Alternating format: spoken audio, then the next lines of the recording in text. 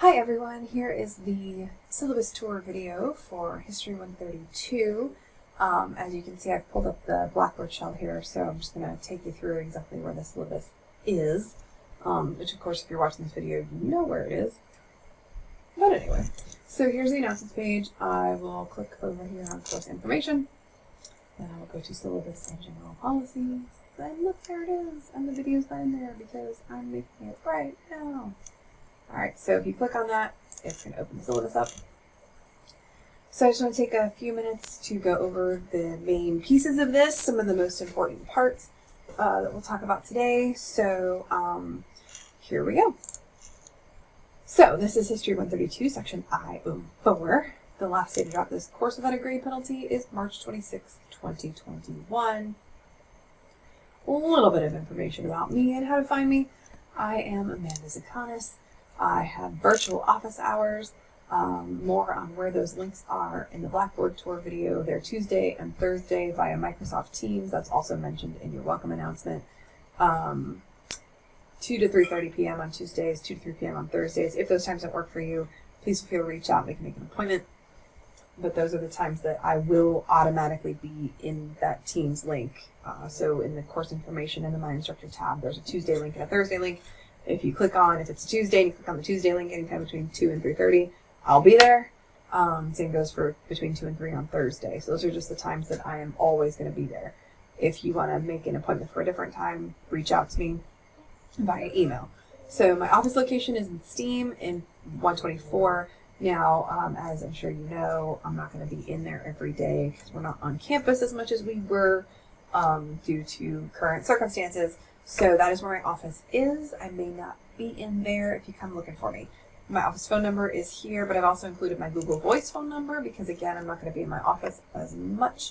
So you can actually send me texts on the Google Voice number. You can call the Google Voice number, and I will respond to you within 24 hours.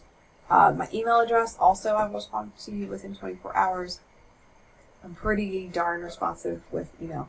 So if you send me an email, now, if it's in the evening or at night, you probably won't hear back from me until the next morning, but I will respond within 24 hours.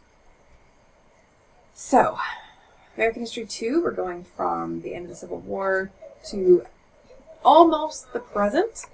We're going from 1865 to about 2008, 2010. So our class is going to be 100% online, asynchronous. That means we have no set meeting times. Everything is going to be open. That is as soon as you mark those required things reviewed, right? As soon as you go over the syllabus and you go over the course calendar and you mark all the appropriate things reviewed as specified in that welcome announcement. As soon as you've read or watched, and includes the Blackboard tour too. As soon as you've done all those things and marked the appropriate things reviewed, you will be able to access everything in the class. So you can work at your own pace. Lots of things are due either Friday or Sunday. That's going to be on our reading breakdown. And again, that is something that is going to be shown to you in the Blackboard tour video. Every week has its own folder. So, and there's a Blackboard tour video again. So you'll see that every week has its own folder as soon as you go in there. So the cool thing about that is that everything is open, which means, you know, I'm sure you all, or at least several of you, have lives, right? And you have jobs and families and responsibilities of all kinds. So with everything being open, you know, if you need to work a week ahead or so, if you know you've got something going on and you're not going to be able to get something done next week, you know, maybe you do it this week instead. So in each folder, there's a bunch of different stuff. Depending on the week, it's specified in the reading breakdown. Each folder also mentions on the folder itself before you even click in to open it if there's something due. So you kind of have to be living under a rock to not know when things are due or where to turn them in. I try to make it really easy to find everything and really easy to know exactly what you're supposed to be doing. Of course, if you have any questions after you read orientation materials and go over instructions for things, you are more than welcome to reach out to me. Let's see. The announcements page is how I'm going to send you information. I send them via email as well. Usually every Monday you'll get a, hey, it's week whatever, we're doing this, and remember, things are going to be due, yay, woohoo! And then usually on Fridays you'll get a, hey, remember, this is due tonight, or this is due this Sunday. So you'll hear from me regularly twice a week. More so if, like, I've put up grades for something and I'm on, like, on a Wednesday and I need to let you know. But you'll at least hear from me at the beginning of the week and on the Friday, just with some general reminders. So, student learning outcomes, things you'll be able to do. I sing poorly, sorry. So you'll write an argument-driven, evidence-based essay, analyzing significant historical developments. You'll use correct MLA formatting for in-text citations and works cited pages. You will learn to read, think, and write historically using primary source documents. We have two types of sources here in history. One is a primary source, the other is a secondary source.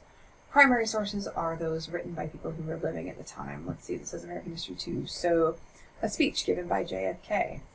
A speech given by Malcolm X. Let's see, Elizabeth Cady Stanton writing about a need for liberalized divorce laws. Margaret Sanger writing about the need for women to have access to birth control. Ida B. Wells writing about lynching in the South. These are all primary source accounts written by people who were living during that time period. So we have a whole book called Voices of Freedom, and that is your primary document reader. It's linked in Blackboard. We have first day access to, so once you click on it, you'll get charged for the books and everything. But you click on it, you have access to everything. You set up your account, you can do the inquisitive activities, all that good stuff. You can read the books. You can highlight in the books and take your own notes in your book, your digital book, that is. And so you don't need a code if you use the first day access, which is simply clicking on the links, creating an account, bam, you're in.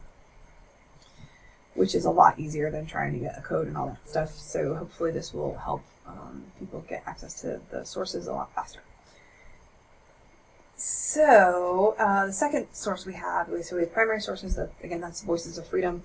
This Give Me Liberty here is your secondary source. Secondary source is usually uses primary sources along with other secondary sources and is written by a scholar or expert in the field. So your textbook written by Eric Foner would be a secondary source. Eric Foner took a lot of primary source documents and scholarly articles and analyses from historians, and he put together a textbook. That is a secondary source. It's written about the time period. It's a narrative about the time period, not written by someone who was present, but written by a trained historian. That would be a secondary source for our purposes. So when I say we're using primary source documents for a lot of stuff, that's going to be the first-hand accounts. Practice critical thinking by creating evidence-based arguments and challenging arguments you were given. Critical thinking is all about not accepting things that you're just told, right? Investigating, challenging arguments, using evidence for your arguments. These are all facets of critical thinking.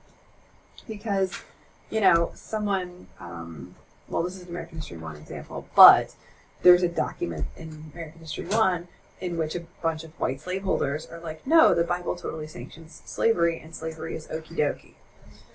Now, we know that the Bible isn't going to specifically sanction, American slavery in the South, right? Or the, it's enslavement of Africans, because it simply doesn't, right? So, we have to remember that primary sources can give us so much information. They can tell us a lot about the past, but we also have to remember that people living in the past had certain motivations when it came to how they talked about what was going on.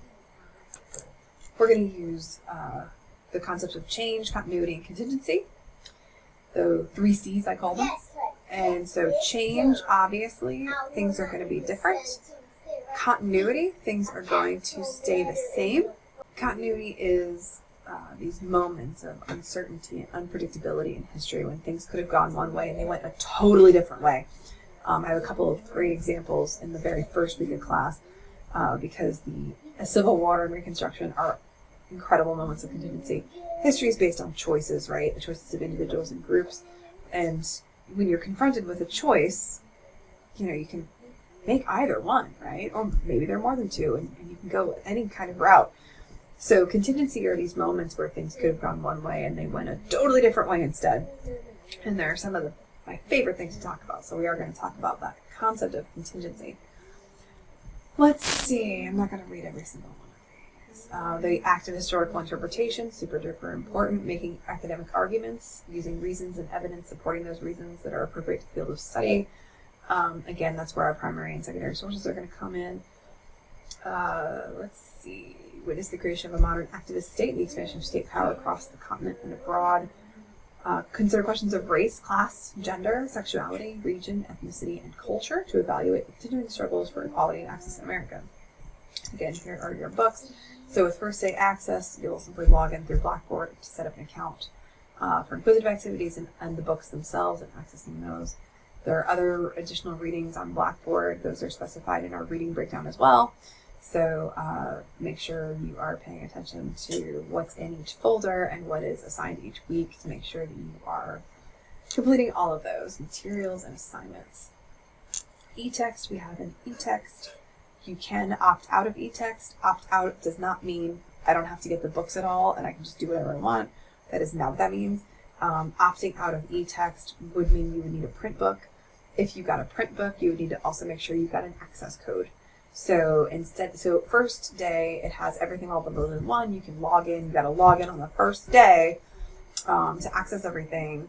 And then it's all inclusive. So you just make your account. You get Inquisitive. You get access to Give Me Liberty, access to Voices of Freedom, access to the history skills tutorials, which is like analyzing primary sources, analyzing secondary sources, all that stuff in the reading breakdown. So, if you log in, yes, you get charged for it, like you would if you bought the book, and then you can access everything.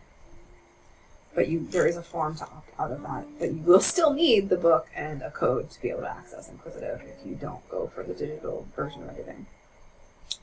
Course overview. Oh look, it's got the for example part. That's not great. Okay, so how do we explain the rise of a modern American nation? A lot of different stuff happened.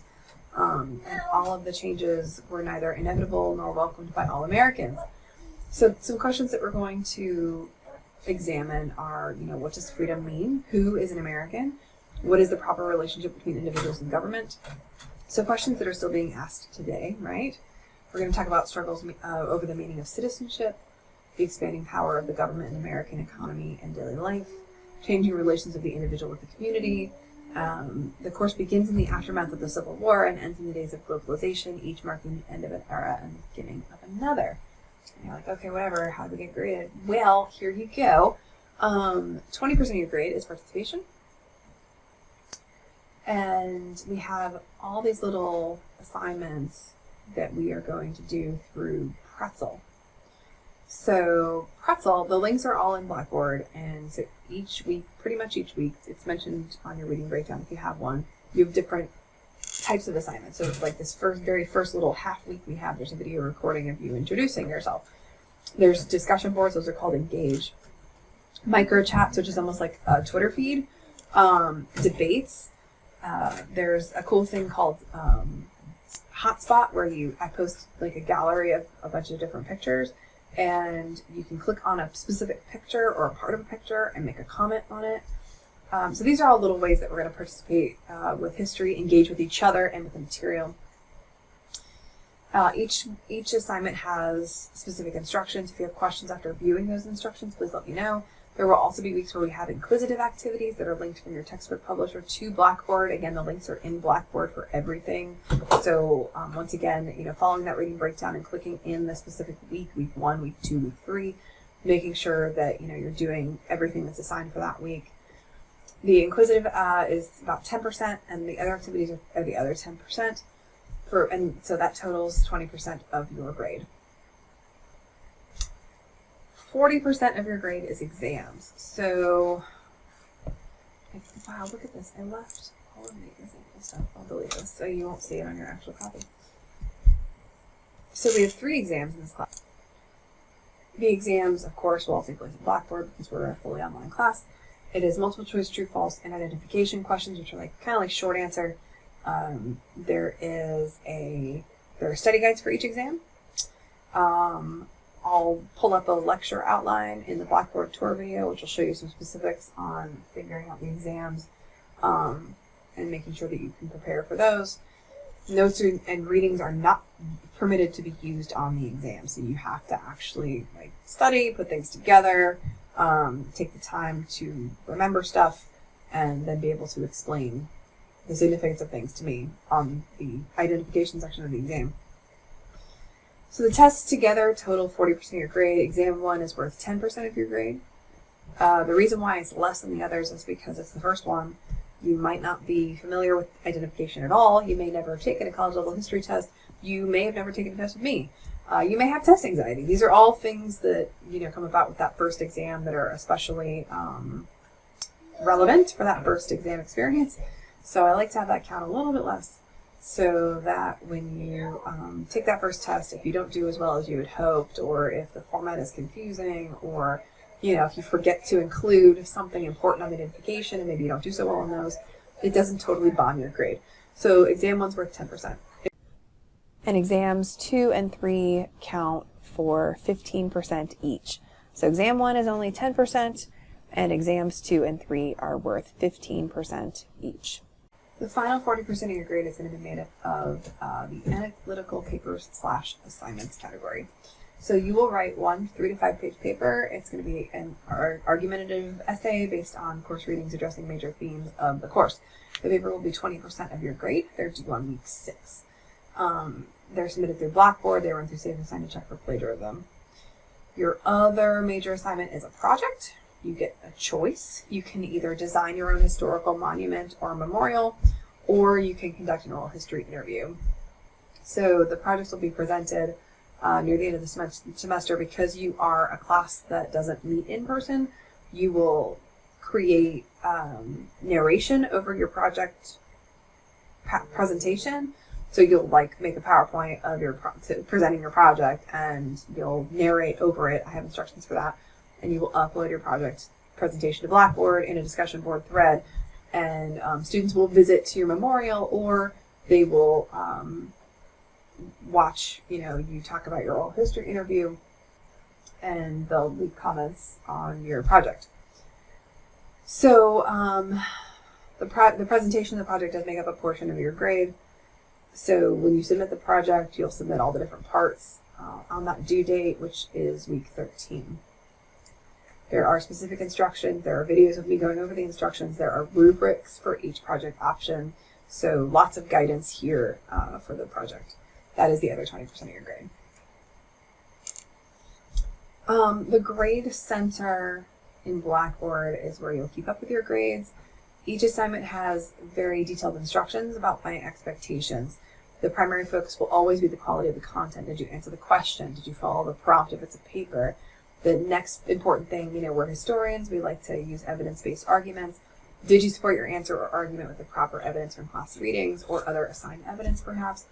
Formatting and mechanics are also important, but they do play a smaller role. And each assignment has its own specific instructions.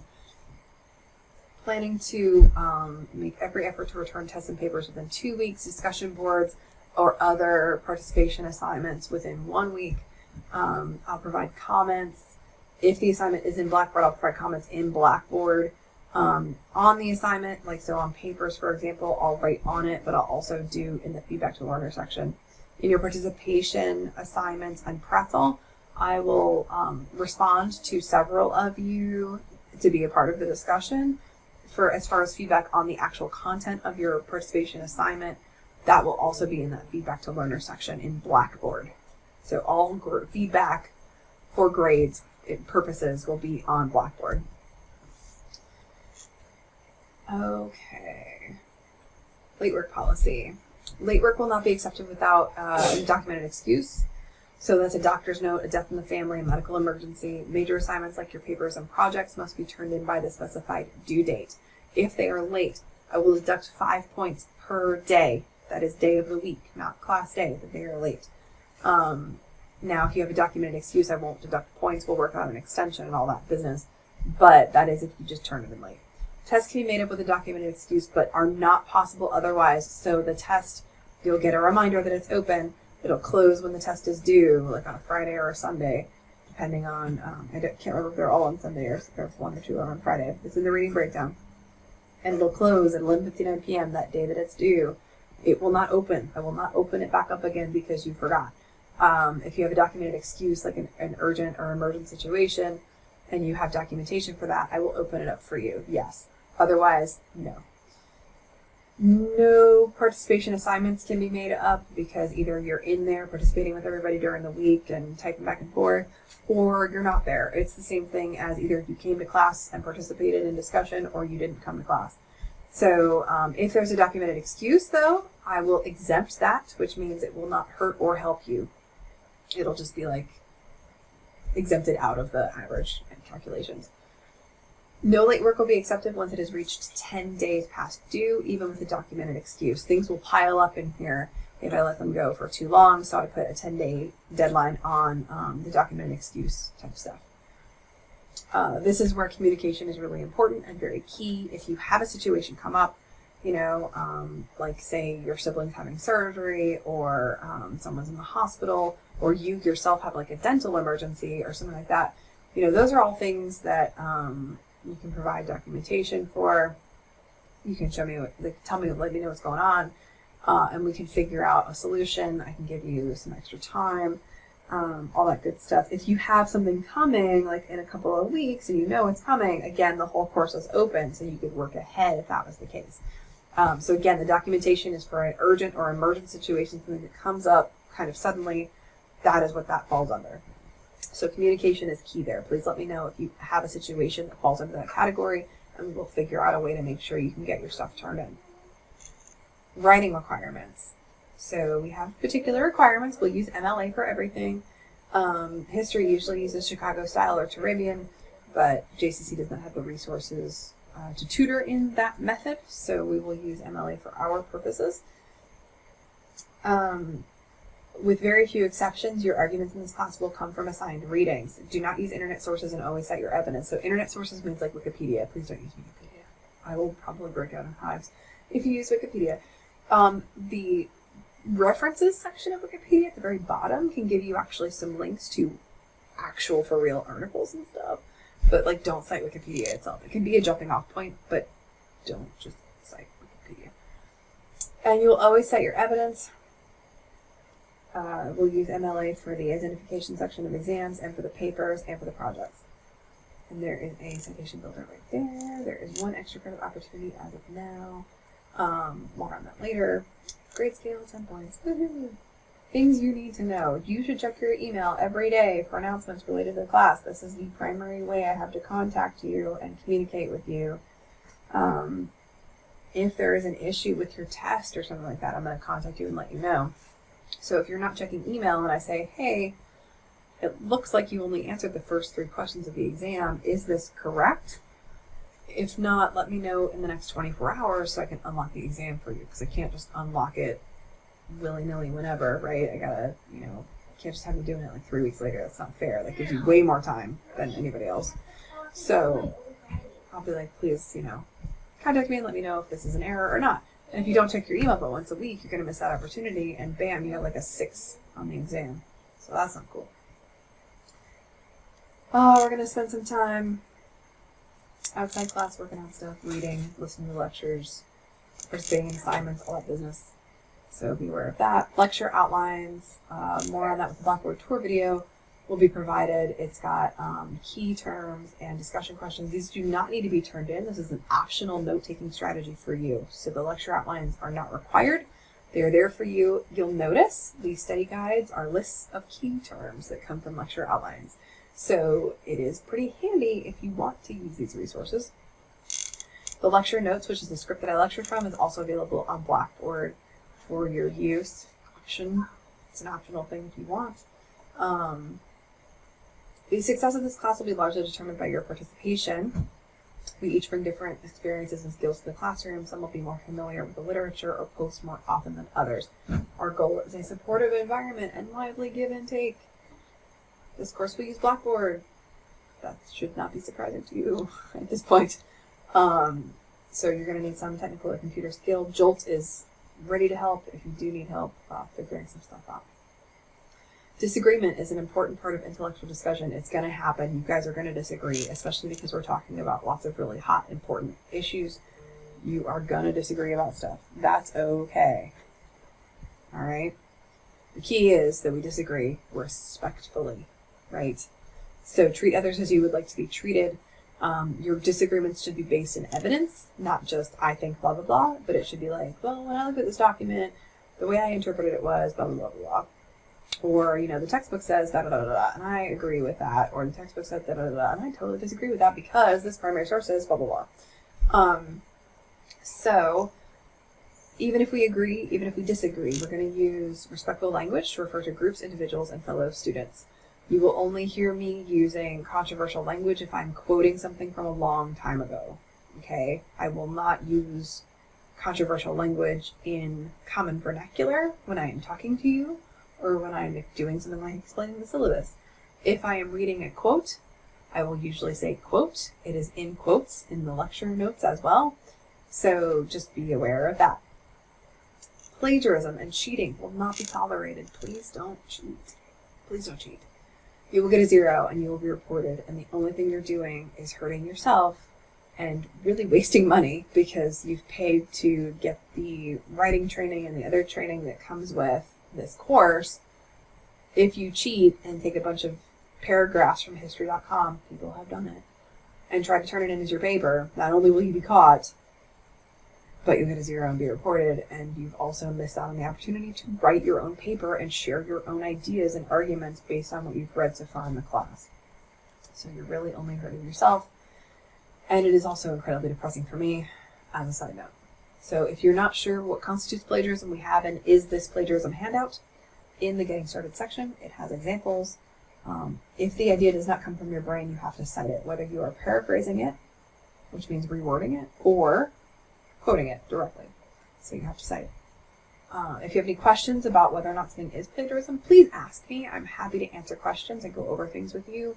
If you're not sure, asking is always the best way. Contact me if you have any questions or additional assistance. You know, we have virtual office hours this semester on Microsoft Teams. So please, you know, more those links are up in Blackboard. If you have any questions, please let me know. If you want to arrange an appointment, email me. So you can miss 2 weeks of this class without being dropped from the class. However, if you miss more than 2 weeks of class, I have to drop you. I have no choice. It is a JCC policy. I must do it. So also, if you don't do anything in the class by the census date, which is January 19th, I will have to drop you from the course. If you have not done the enrollment verification quiz, if you haven't marked things reviewed, if you haven't, you know, submitted your icebreaker, all these things that you can do to show that you are present and engaging in the course. If you have done none of those things, you will be dropped from the class, and I will not be allowed to let you back in. I am not permitted to let anybody back in if they didn't do any activity in the class. Now, if you've been in the class, if you've been doing stuff, if you've been engaging, if something crazy happens and you miss 3 weeks of class and I have to drop you, you can be reinstated if you are passing the course at that point. I am permitted to reinstate you. There is a form for that as long as you're passing the class. So hopefully it doesn't come to that, but just to let you know, you can only miss 2 weeks of class, okay? And absences would be not doing anything that week. So let's say we have a week where we have an inquisitive assignment and you have to do a micro chat in Pretzel, and you do neither of those, and the assignments for this week, you're absent, and I have to mark you absent for the week. Okay, so that's how that works. Okie dokie. And that includes everything, you know, sickness, work, jury duty, all that stuff. But again, if you're missing because of, you know, sickness or jury duty and you've been doing well in the class and then you missed 3 weeks, I can reinstate you if you're passing the course, okay? I don't think we're really doing activities. For CCP students, I don't think you guys are doing activities, but state mandated testing like ACTs and SATs, those are documented absences, those are fine. I need the paper from your school telling you that's what you're doing, that's why you're missing class. But because we're asynchronous online, I don't think that's going to apply here. Any choral trips, band trips, athletics, those do not count as documented excuses, but I don't know if those are happening this semester. private schools. But that's just a little bit of an FYI. Jolt is available to assist you with any technical difficulties and things on Blackboard. Their email is here, their phone number is here, so you can contact them if you have any concerns or questions, or if Blackboard's not cooperating with you and need help. They are the first people to contact. Religious or solemn observance policy. Religion is super neat and fascinating. Lots of people have lots of different types of religions all over the world and here in the United States. If you have to miss class for a religious reason, we have a form for that. The form needs to be submitted to me at least 2 weeks before the date of the absence. You are allowed to make up all work. Okay. Student concerns. We have a faculty first policy here at JCC. I also like to refer to it as the We Are Adults policy at JCC because you are a college student in my class. Whether you're 15 or 55, you are a college student, you are an adult, and I will be treating you as such.